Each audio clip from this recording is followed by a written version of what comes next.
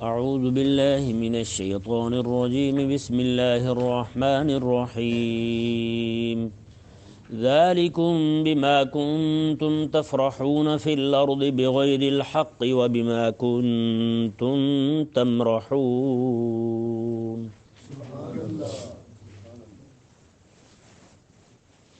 پچھلی آیہ مبارکہ میں اللہ تبارک و تعالی نے مشرکین اور کفار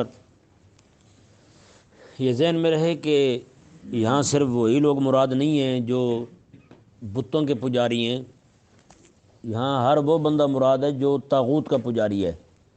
اللہ تبارک و تعالی اور اس کے رسول کی، اللہ تبارک و تعالی کی لائے ہوئے دین کو چھوڑ کر کسی اور کے حکم کو مانتا ہے تو وہ بندہ بھی طاغوت کا پجاری ہے۔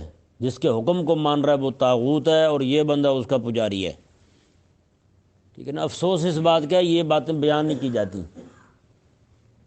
یہ طاغوت لفظ یہ آپ کو سننے کو بھی نہیں ملتا ممبروں پر، کبھی سنا ہے آپ نے؟ یہی نقصان ہے ہمارا۔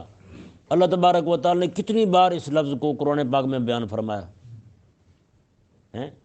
ایک بندے نے کہا تھا نا کہ رسول اللہ علیہ السلام سے فیصلہ کروا لیں، یہودی نے کہا تھا۔ منافق کہنے لگا جی وہ اس کے پاس چلتے ہیں، کعب بن اشرف کے پاس۔ کعب بن اشرف کو رب تبارک و تعالی نے قرآن میں طاغوت کہا ہے، میں وہ طاغوت ہے۔ میرے حبیب کو چھوڑ کر جہاں جاؤ گے تم، میرے قرآن کو چھوڑ کر جہاں جاؤ گے وہ تو طاغوت ہے۔ تو آج بتائیں رب تبارک و تعالی کے قرآن کو چھوڑ کر کس کس کی بات کو مانا جا رہا ہے؟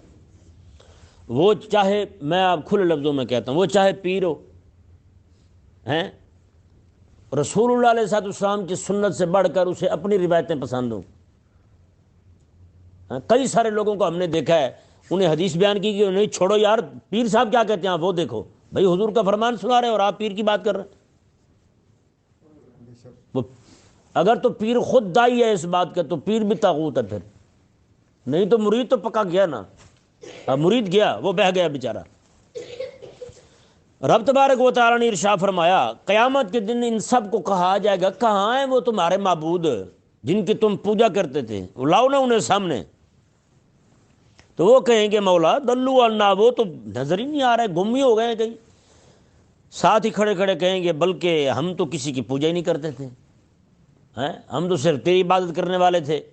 اللہ تبارک و تعالی نے ارشاد فرمایا کہ کذالک یضل اللہ الکافرین، اسی طرح اللہ تبارک و تعالی کافروں کو گمراہ کرتا ہے۔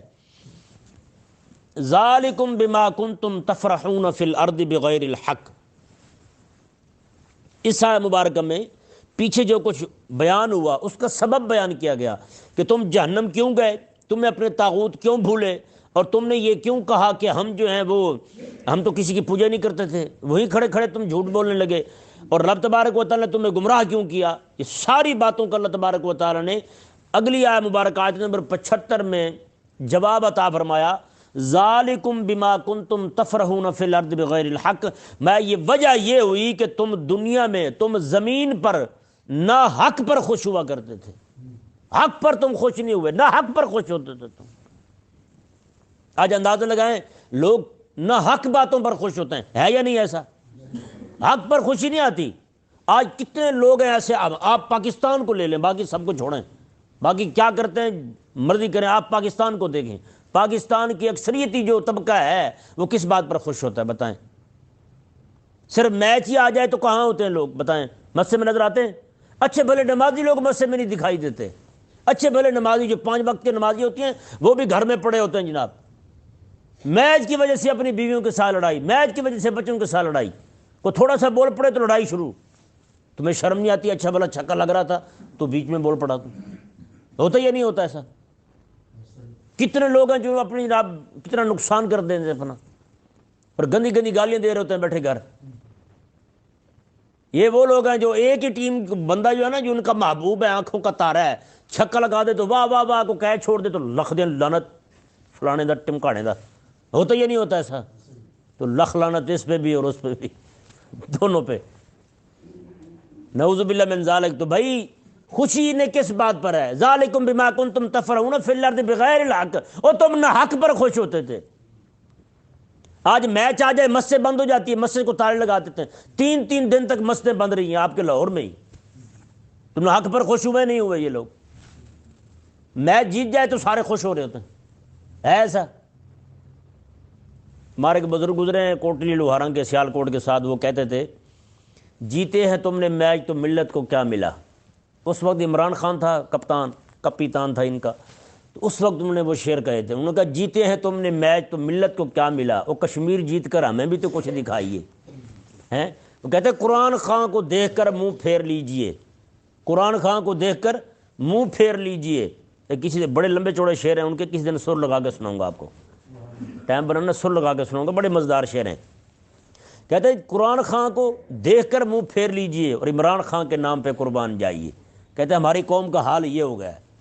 کہتے ہیں کچھ ہمیں بھی تو کر کے دکھاؤ نا، میچ جیت کے۔ یہ نعوذ باللہ من ذالک، یہ ذہن میں رہے، یہ کھیل بھی طاغوتی کھیل ہے۔ میچ کس چیز کا رونا رویا جائے یار؟ خدا کرے کہ اللہ تبارک و تعالیٰ آنکھیں کھول دے اس امت کی۔ علامہ اقبال رحمۃ اللہ بیچارے روتے روتے چلے گئے۔ کسی بڑے بندے نے کہا تھا علامہ اقبال کے بارے میں، کہا کہ اقبال کو نہ مسلمان سمجھیں نہ انگریز سمجھیں۔ کہتے ہیں انگریز سمجھتے تو اقبال چارپائی پہ فوت نہ ہوتا، مسلمان سمجھ آتے تو یوں ذلیل نہ ہوتے، کہاں کے کہاں پہنچ جاتے۔ علامہ اقبال نے کہا کہ دل بینا بھی کر خدا سے طلب، دل بینا بھی کر خدا سے طلب، یہ آنکھ کا نور دل کا نور نہیں ہے۔ میں کہ دل کا نور اور چیز ہے، دل کا نور جب تجھے میسر آ گیا نا، اللہ تبارک و تعالی نے عطا فرما دیا، تو میں پھر تو بھی وہی دیکھے گا جو میں دیکھتا ہوں آج۔ رب تبارک و تعالی نے ارشاد فرمایا ذالکم بما کنتم تفرحون فی الارض بغیر الحق، فرمایا کہ تم نہ حق پر خوش ہوتے تھے زمین میں، وبما کنتم تمرحون، اور تم اترایا کرتے تھے زمین پر، تکبر کرتے تھے، ہیں جی۔ اور اکڑتے کس چیز پر ہیں؟ تکبر کس چیز پر کرتے ہیں؟ جو چیز ہے ہی نہیں ہے، اس کا کوئی وجود ہی نہیں ہے، یعنی کہ اسلام اسے نہیں مانتا جس چیز پر یہ اکڑتے پھرتے ہیں۔ اکڑنا تو صرف ایک ہی جگہ پہ حکم ہے ہمیں، جب کافر سامنے ہو، مارکا لگا ہوا ہو، آمنے سامنے تلواریں چمک رہی ہوں، اس وقت بندہ مومن کو حکم ہے ذرا چھاتی تان کے کھڑا ہو اس کے سامنے، ذرا اکڑ کے چلے اس کے سامنے، تو اسے بھی پتہ چلے یار رسول اللہ علیہ السلام کے غلام ایسے چلتے ہیں۔ ابھی سعد بھائی نہیں چلے تھے، آگے پیچھے پتہ نہیں 70 سے زیادہ تو ایس ایچ او جمع کیے تھے انہوں نے، اتنے S P D S P H S O پتہ نہیں کیا تھے وہاں، سارے جمع کر لیے انہوں نے۔ تو سعد بھائی ایسے چلے، میں نے کہا خدا کی قسم اس کی چال سے کئی سارے کافروں کے تو دل پھٹ گئے ہوں گے، انہوں نے کہا مر گئے ہو، یہ کیا ہو گیا۔ تو بندہ مومن جو ہے نا، جب دشمن میں گرا ہو نا، اس وقت ایسی چال چلے تو مزہ آتا ہے، اس وقت ذرا اکڑے تو مزہ آتا ہے۔ یہ چوہے جو ہیں انگریز کے سارے مسلمانوں کے سامنے اکڑ سکتے ہیں، کوئی نہیں، خیر ہے، یہ اکڑ تمہاری ختم ہونے والی ہے۔ یہی خطاب ان سب کو ہونے والا ہے قرآن کریم کا جو رب نے بیان فرمایا، یہ رب کی طرف سے جواب ہوگا انہیں، میں تم نہ حق اکڑتے تھے، تم حق والا اکڑنا وہی ہے کہ دشمن کے سامنے بندہ اکڑے اور حق کے لیے اکڑے۔ رب تبارک و تعالی نے ارشاد فرمایا، پھر یہ کہا جائے گا انہیں ادخلوا ابواب جہنم خالدین فیہا، تم جہنم کے دروازوں میں داخل ہو جاؤ، خالدین فیہا، اس میں ہمیشہ ہمیشہ رہو گے، فبئس مثوی المتکبرین، آکڑ خان جو ہیں، تکبر کرنے والے جو ہیں، ان کا ٹھکانہ بہت برا ہے، ان کا ٹھکانہ بہت برا ہے، یہ متکبرین سارے رگڑے جائیں گے۔ اللہ تبارک و تعالی نے یہ بیان کر کے اپنے حبیب کریم علیہ الصلوۃ والسلام کو پھر تسلی دی۔ یہ ذہن میرے جتنے واقعات پیچھے بیان ہو رہے ہیں سارے کے سارے حبیب کریم علیہ السلام کی تسلی کے لیے بیان ہوئے ہیں، ہاں حضور کی تسلی کے لیے۔ رب تعالی نے فرمایا فاصبر ان وعد اللہ حق، میں حبیب پیارے آپ صبر کریں، بے شک اللہ کا وعدہ حق ہے، اللہ کا وعدہ حق ہے۔ فَإِمَّا نُرِيَنَّكَ بَعْضَ الَّذِي نَعِدُهُمْ، بہرحال حبیب ہم جو ان کافروں کو دھمکیاں دے رہے ہیں ان میں سے کچھ آپ کو دکھا دیں گے، کچھ آپ کو دکھا دیں گے، او نتوفینک، یا پھر آپ کو ہم اپنی بارگاہ میں بلا لیں گے، کچھ دکھانے سے بھی پہلے، یعنی ہم جو ان کو عذاب کی دھمکیاں دے رہے ہیں کہ تم پکڑے جاؤ گے مارے جاؤ گے، یہ ہم یا تو دکھا دیں گے آپ کی زندگی حیات مبارکہ، ظاہر حیات مبارکہ میں کچھ تو ظاہر ہو جائیں گی، یا پھر وہ بھی ظاہر نہ ہوں، ہم آپ کو اپنے پاس بلا لیں، بعد میں ہم ان کے ساتھ نمٹتے رہیں۔ جی یہ حبیب کریم علیہ السلام کو تسلی دی رب تبارک و تعالی نے۔ پھر وہی ہوا کہ رب تبارک و تعالی نے ان مکے کے کافروں کو، بڑے بڑے سردار جتنے بھی تھے سب کا صفایا ہو گیا بدر میں، سارے کے سارے مارے گئے ہیں۔ اللہ تبارک و تعالی نے یہ دکھا دیا دنیا میں دکھا دیا حبیب کریم علیہ الصلوۃ والسلام کو، اور سب کو آقا علیہ الصلوۃ والسلام نے قتل کروا کر بدر کے کنویں میں ڈال دیا۔ وہیں کھڑے ہو کے آقا علیہ الصلوۃ والسلام ان سے خطاب فرما رہے ہیں۔ آقا علیہ السلام ہاں بھی بتاؤ، میں تمہیں یہی کہتا تھا نا، مارے جاؤ گے تم نہیں مانتے تھے میری بات، اب بتاؤ کیا بنا؟ ابو جہل بھی وہیں پڑا ہے، بڑے بڑے کافر پڑے ہوئے نیچے۔ حضرت عمر رضی اللہ تعالیٰ عنہ ساتھ ہاتھ باندھے کھڑے ہیں، عرض گزار ہوئے حضور یہ ارشاد فرمایا یہ تو مرے ہوئے ہیں، قتل ہوئے ہیں، یہ بھی سن رہے ہیں؟ آقا علیہ السلام نے فرمایا، بخاری میں حدیث پاک ہے، آقا علیہ السلام نے فرمایا عمر یہ تجھ سے بھی زیادہ سن رہے ہیں، یہ تم سے بھی زیادہ، جتنا تم سن رہے تم سے بھی زیادہ سن رہے ہیں۔ ہے یا نہیں ایسا؟ اللہ تبارک و تعالی نے ارشاد فرمایا فَإِلَيْنَا يُرْجَعُونَ، بس ہماری طرف ہی لوٹنا ہے سب نے، پھر سارے ہمارے پاس ہی آئیں گے، پھر ہم ان سے دیکھ لیں گے ان کو ہم یہ کیا کرتے ہیں۔ پھر رب تبارک و تعالی نے ارشاد فرمایا وَلَقَدْ أَرْسَلْنَا رُسُلًا مِّن قَبْلِكَ مِنْهُمْ مَنْ قَصَصْنَا عَلَيْكَ وَمِنْهُمْ مَن لَّمْ نَقْصُصْ عَلَيْكَ۔ اللہ تعالی نے فرمایا کہ حبیب پیارے ہم نے آپ سے پہلے بھی رسول بھیجے، ان میں سے کچھ وہ ہیں جن کے قصے ہم نے آپ پر بیان کر دیے، اور کچھ وہ ہیں جن کے قصے ہم نے آپ پر بیان نہیں کیے۔ یہ آیت مبارکہ میں اللہ تبارک و تعالیٰ نے ایک بہت بڑے مسئلے کی جو ہے نا وہ اس کا حل فرما دیا کہ اللہ تعالیٰ نے فرمایا حبیب ہم نے آپ سے پہلے رسول بھیجے، یہ نہیں فرمایا کہ حبیب آپ کے بعد بھی آئیں گے، یہ فرمایا کہ آپ سے پہلے رسول آئے، یہ نہیں فرمایا کہ آپ کے بعد بھی آئیں گے۔ اس سے ثابت کیا ہوا؟ حبیب جو رسول آپ سے پہلے آنے تھے آ گئے، آپ خاتم الرسول بن کے تشریف لائے، آپ کے بعد کوئی رسول نہیں آنے والا، یہ قرآن کا فیصلہ ہے۔ رب تبارک و تعالی نے ارشاد فرمایا وَمَا كَانَ لِرَسُولٍ أَن يَأْتِيَ بِآيَةٍ إِلَّا بِإِذْنِ اللَّهِ۔ اگلی یہ جو آیت مبارکہ کا حصہ ہے اس میں کافروں کو جواب دیا جا رہا ہے۔ کافر ایسے کہتے رہتے تھے جی فلاں معجزہ دکھا دیں، فلاں کر کے دکھا دیں، یہ پہاڑ اپنی جگہ سے سرک جائیں، یہ ہو جائے وہ ہو جائے۔ اللہ تبارک و تعالیٰ نے ارشاد فرمایا حبیب آپ انہیں جواب دیں وَمَا كَانَ لِرَسُولٍ أَن يَأْتِيَ بِآيَةٍ إِلَّا بِإِذْنِ اللَّهِ، میں یہ کسی رسول کے لیے ممکن ہی نہیں ہے کہ وہ اللہ کے حکم کے بغیر، اللہ کی اجازت کے بغیر کو معجزہ ظاہر کر سکے۔ سمجھ آ گیا مسئلہ؟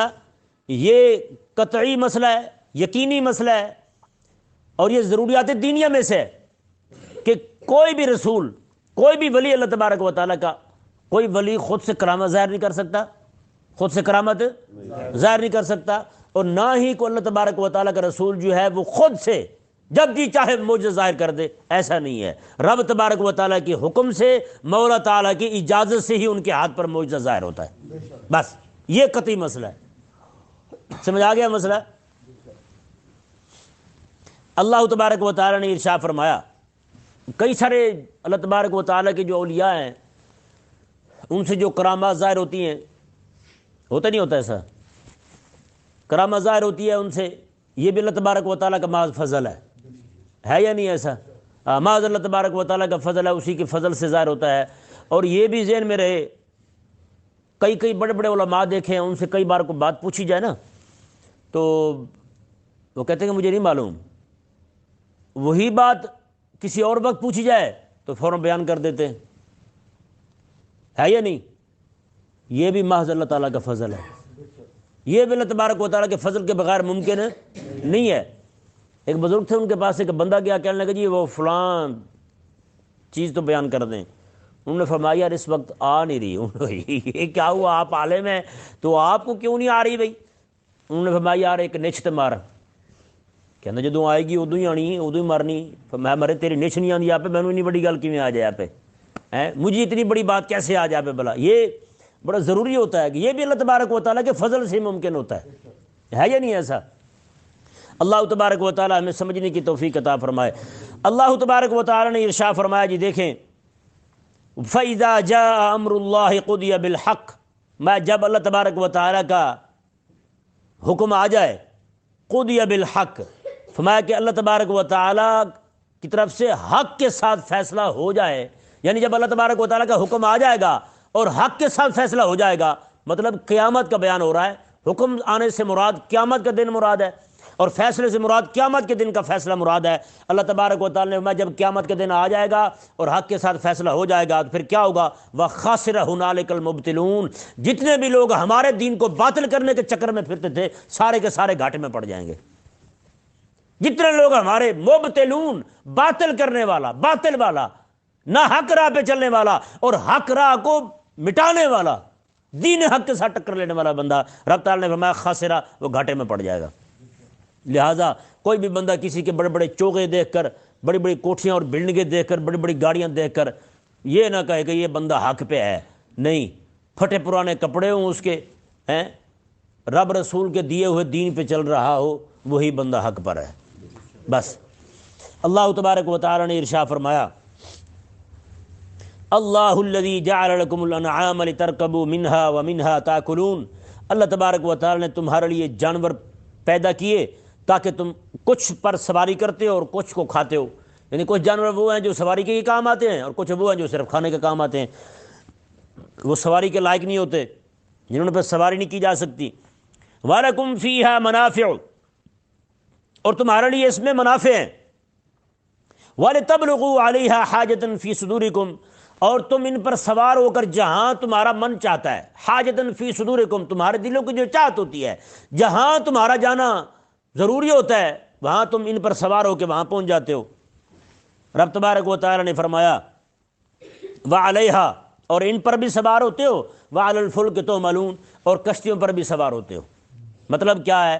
جب خشکی کا سفر کرنا ہوتا ہے تم جانوروں پہ سوار ہو جاتے ہو، جب پانی کا سفر کرنا ہوتا ہے تو کشتیوں پہ سوار ہوتے ہو۔ اللہ تبارک و تعالی نے دونوں طرف تمہارے لیے سفر کا کرنا آسان بنا دیا ہے۔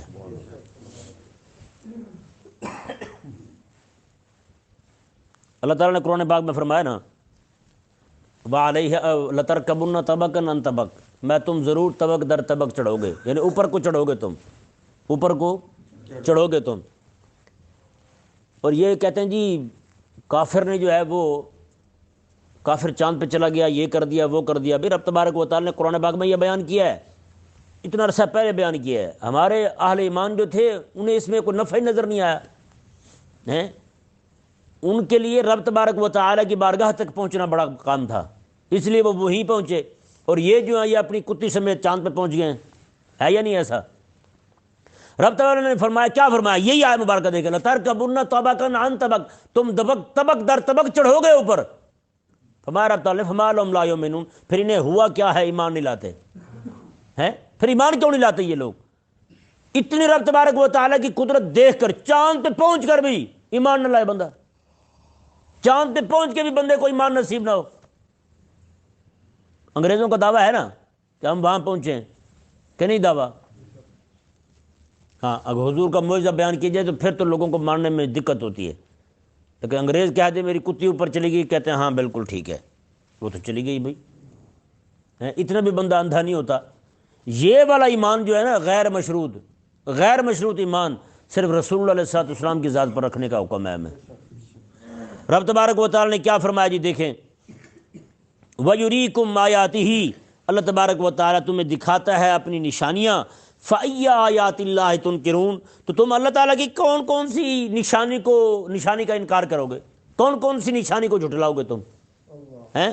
رب تبارک و تعالی نے ارشاد فرمایا افلم یسیروا فی الارض فینظروا کیف کان عاقبۃ الذین من قبلہم، میں کیا یہ لوگ زمین میں چلتے نہیں ہیں پھر یہ لوگ دیکھتے کہ ان سے پہلے لوگوں کا انجام کیا ہوا ہے، ہاں ان کے پہلے لوگ جو گزرے ہیں ان کا انجام کیا ہوا، آج بھی ان کے بڑے بڑے محلات گرے پڑے ملتے ہیں انہیں، بڑے بڑے گھر ان کے وہیں پہ وہیں کھڑے ہوئے کئی سارے گھر ملتے ہیں انہیں، لیکن انہیں سمجھ نہیں آتی۔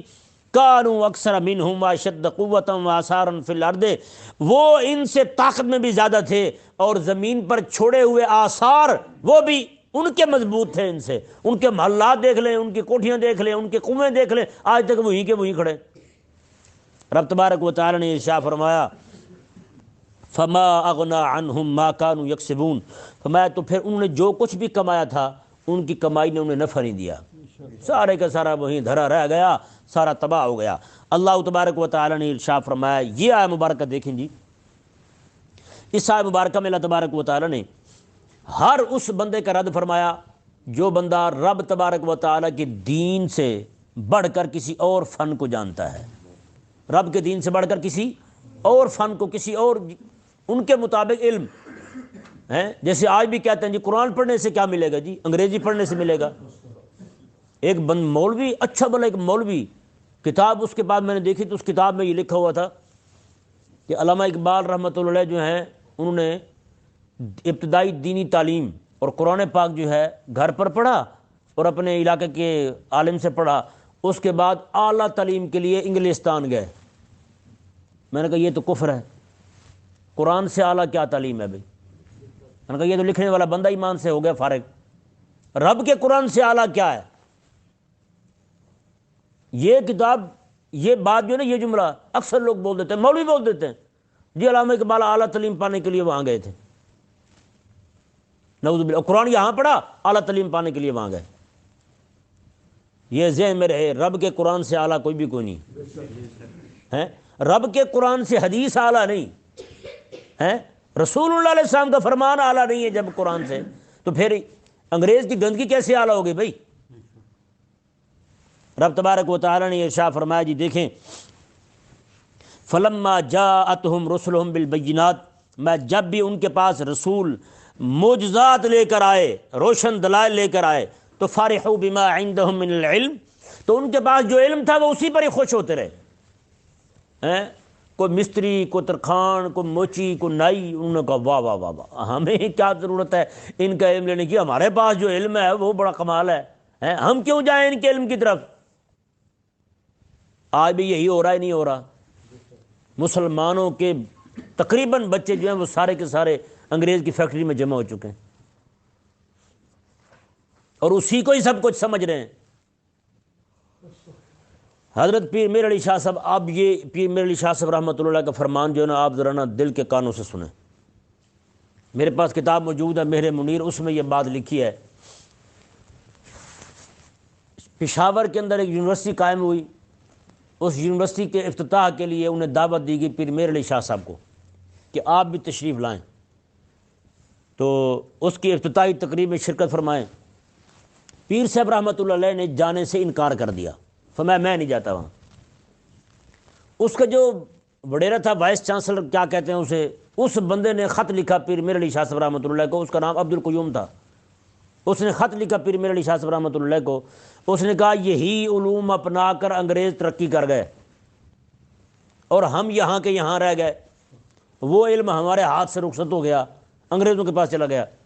پیر میر علی شاہ صاحب رحمۃ اللہ نے فرمایا، میں تو تمہیں بڑا معقول بندہ سمجھتا تھا اور تم بھی ایسی سوچ رکھتے ہو، میں تمہیں نہیں پتا بحمد اللہ تعالیٰ یہ دین اور اس دین کے خادم اللہ تبارک و تعالیٰ کے فضل سے محفوظ ہیں۔ میں کہ اگر کافر کے پاس دین پہنچا ہوتا، پتہ نہیں ہمیں سمجھ نہیں آتی کس منہ سے کہہ دیتے ہیں کہ قرآن پڑھ کے انگریز کہاں پہنچ گیا۔ بھی قرآن پڑھا ہوتا کلمہ نہ پڑھتا وہ ہے بھائی؟ قرآن تو بھی اندر کا گند نکال دیتا ہے، اور یہ قرآن پڑھتے جاتے ہیں، بے لباس ہوتے جاتے ہیں۔ یہ کون سا قرآن پڑھا انہوں نے؟ قرآن جو بندہ پڑھتا ہے وہ تو لوگوں کی عزت اور ناموس کا محافظ بن جاتا ہے۔ پھر میرے علی شاہ صاحب رحمۃ اللہ نے فرمایا، ما و شما میں سے، یعنی تم میں سے اور ہم میں سے جو بھی بندہ زندہ رہا وہ دیکھ لے گا یہ جو پڑھائی جا رہا ہے انگریزی تعلیم، میں اس کا نتیجہ صرف اور صرف یہی ہوگا، کمانا، کھانا، بس یہی چیزیں، بس میں اور منہ کا میک اپ، یہ بھی لفظ آپ نے لکھے ہیں، میں منہ کا بناؤ سنگار، یہ چیزیں۔ فرمایا کہ اس انگریزی تعلیم کے آنے سے میں کہ نماز، روزہ، دینیات کی جتنی بھی چیزیں ساری رخصت ہو جائیں گی۔ یہ آپ نے اس وقت فرمایا تھا، آج سے 100 سال پہلے۔ آج بتائیں ہے یا نہیں ایسا؟ اس وقت ایک دو بچے مجھے نظر آ رہے ہیں جو سکول پڑھتے ہیں یہاں پوری مسجد میں، بتائیں جی پورے محلے سے کتنے بچے آئے ہیں یہاں؟ آئے ہیں کوئی بچے؟ ایک بچہ وہ بیٹھا ہے، یہ پڑھتے ہیں نا آپ سکول، وہ بچہ بیٹھا ہے جی، ایک کہاں ہے؟ سارے ایک بھی دکھائی نہیں دے گا آپ کو۔ تو یہ پیر میر علی شاہ صاحب رحمۃ اللہ نے آج سے 100 سال پہلے بات فرمائی تھی۔ اللہ تبارک و تعالیٰ اس قوم کو بھی سمجھنے کی توفیق عطا فرمائے۔ یہ ذہن میں رہے ان کے پاس علم نہیں ہے، علم وہی ہے جو میرے رب نے نازل کیا ہے اپنے حبیب پر۔ تو پھر یہ اعتراض ہوگا کہ رب تبارک و تعالیٰ نے فرمایا کہ وہ اس بات پر خوش تھے کہ ان کے پاس علم ہے، تو یہ ذہن میں رہے یہ رب تعالیٰ نے نہیں فرمایا کہ وہ علم ہے، بلکہ وہ اسے علم سمجھتے تھے۔ یہ رب تبارک و تعالیٰ نے ان کے کلام کو بیان فرمایا کہ وہ کہتے ہیں کہ ہمارے پاس جو علم ہے نا یہی سب کچھ ہے، بس ہمیں وحی کی ضرورت نہیں ہے، رب تبارک و تعالیٰ کے لائے ہوئے، رب تعالیٰ کے دیے ہوئے دین کی حاجت نہیں ہے ہم۔ نعوذ باللہ من ذالک۔ رب تبارک و تعالیٰ نے کیا فرمایا جی؟ پھر جنہوں نے وحی کو چھوڑا، رب کے دین کو چھوڑا، تو پھر جنہوں نے اپنے ہی جناب فنون کو پکڑا اور انہیں استعمال کیا. یار یہ بھی ذہن میں رہے. ایک مسئلہ آپ کے سامنے رکھتا ہوں، یہ پتہ نہیں کیا ترقی کی انہوں نے، ہمیں تو سمجھ نہیں آتا. ساری غلط دوائیاں بنا بنا کے لوگوں کو بیچ رہے ہیں، ہے یا نہیں ایسا؟ دوائیاں 2 نمبر آ رہی ہیں. کہتے ہیں بیڑا غرق مولوی نے کیا ہے. میں نے کہا دوائیاں مولوی نے بنائی ہیں؟ ان کمپنیوں کو اجازت کس نے دی ہے؟ وہ تم ہی نہیں دی، ہم سے دستخط کرواتے ہیں. ہم سے تو کوئی محلے میں بندہ مر جائے تو اس کے دستخط کرواتے ہیں، مولوی صاحب تصدیق کریں واقعی بندہ مر گیا تھا. ہے یا نہیں ایسا؟ اور تو کسی بات میں ہماری تصدیق انہیں مطلوب ہی نہیں ہوتی. ایک عالم ہے بہت بڑے، انہوں نے لکھا ہے، انہوں نے کہا جی میں آپ کو باندروں کی تحقیق بتاتا ہوں. بندروں کو کیا تحقیق ہے؟ آپ جانوروں کو دیکھ لیں، جنگل کے جانور ہیں، وہ بیمار ہوتے ہیں، اللہ تبارک و تعالیٰ ان کے دل میں ڈالتا ہے فلاں گھاس کھا لو، فلاں چیز کھا لو، وہ کھاتے ہیں، وہ ٹھیک ہو جاتے ہیں. اللہ تبارک و تعالیٰ ڈالتا ہے ان کے دل میں. یار ایک باندر ہے نا، باندر، ان کی میں آپ کو طبی تحقیق بتاتا ہوں، میڈیکل تحقیق ہیں، اعلیٰ ریسرچ ان کی باندروں کی. وہ بزرگ ہیں، وہ حکیم بھی ہیں بہت بڑے. انہوں نے لکھا ہے، انہوں نے کہا جی ایک جگہ باندر تھے، مائی صاحبہ روٹیاں بناتی تھیں، تو صبح صبح باندر آتے اور تتی روٹیاں اٹھا کے لے جاتے. انہوں نے کیا کیا، ایک دن علاقے میں باندر زیادہ تھے، انہوں نے کیا کیا کہ روٹیاں خود بنا کے اور روٹیوں پر زہر مل کے پھینک دیا، روٹیاں پھیلا دی اس طرح کر کے پوری چھت پر. وہ مائی صاحبہ بھی روٹیاں اوپر بناتی تھیں. ایک باندر آیا، اس نے دیکھا، اس نے کہا یہ لگتے نہیں کہ خیر ہو کہ روٹی لینے جائیں تو گلے پڑتے ہیں، یہ خود سے اتنی روٹیاں پھیلا دی ہیں. وہ باندر گیا، پھر اور باندروں کو لایا، ان کے بڑے بڑے باندر وہ بھی سارے آئے، سب نے آ کے سونگھی روٹی واپس چلے گئے. واپس جا کر ایک درخت کی ٹہنیاں توڑ کے آئے، درخت کی ٹہنیاں توڑ کر آئے.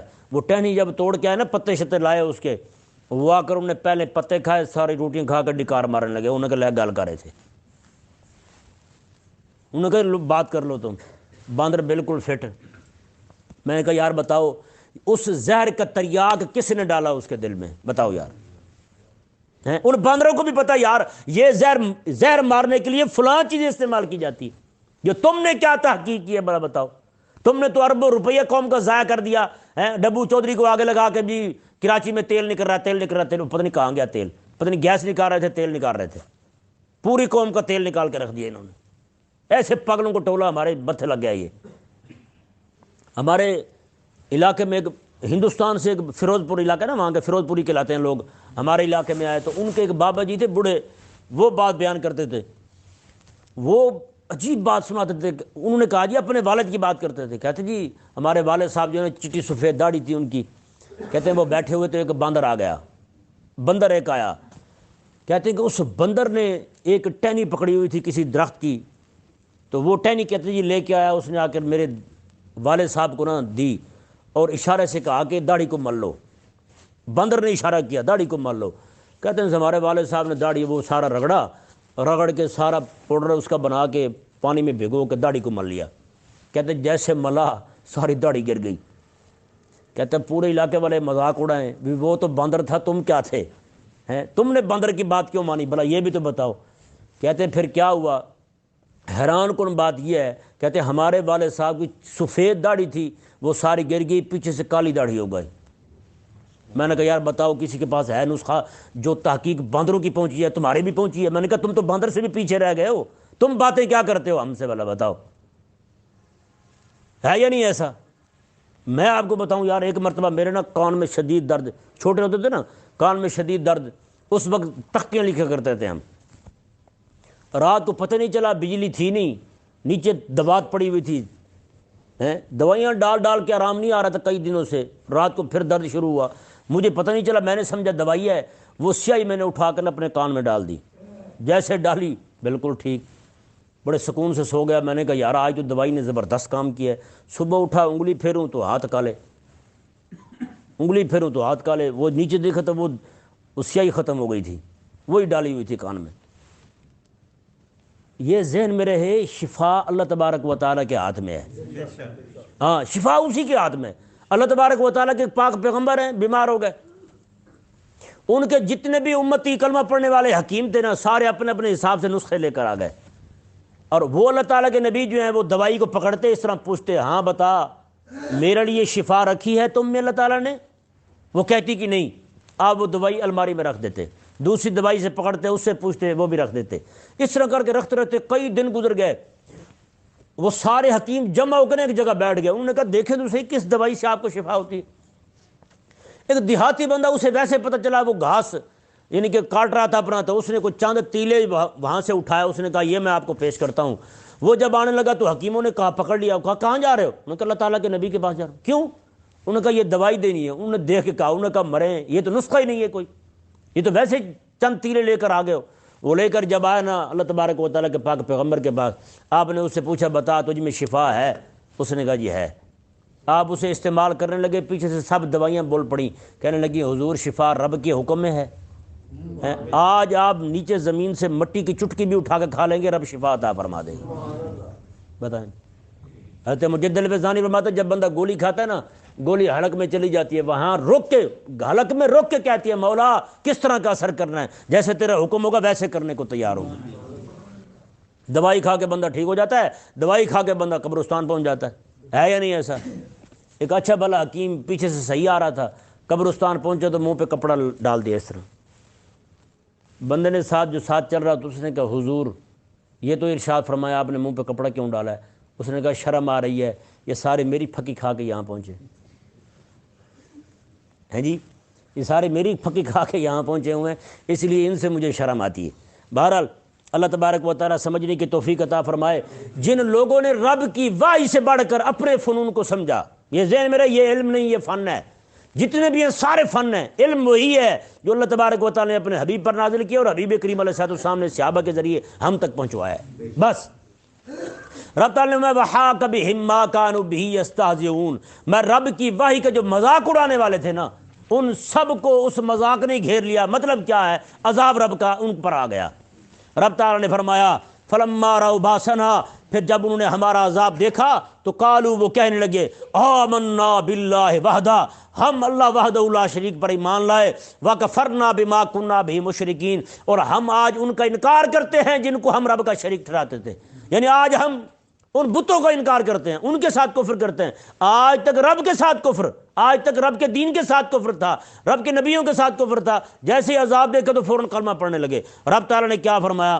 فلم یک ینفعہم لما رأوا باسنا، میں جب کسی پر عذاب آ جائے نا پھر انہیں ایمان نفع نہیں دیتا۔ یہ ذہن میں رہے، بندہ مرنے سے 1 منٹ پہلے بھی توبہ کر لینا توبہ قبول ہے، لیکن جیسے حضرت اسرائیل علیہ السلام سامنے آ جائیں، حالت غرغرہ کی طاری ہو جائے، پھر توبہ کرے توبہ قبول نہیں ہے۔ اللہ تعالیٰ نے ارشاد فرمایا سنت اللہ التی قد خلت فی عبادہ، میں اللہ تبارک و تعالیٰ کی سنت پچھلے بندوں میں بھی یہی جاری رہی ہے۔ وخسر ہنالک الکافرون، گھاٹے والے ہیں ہی کافر۔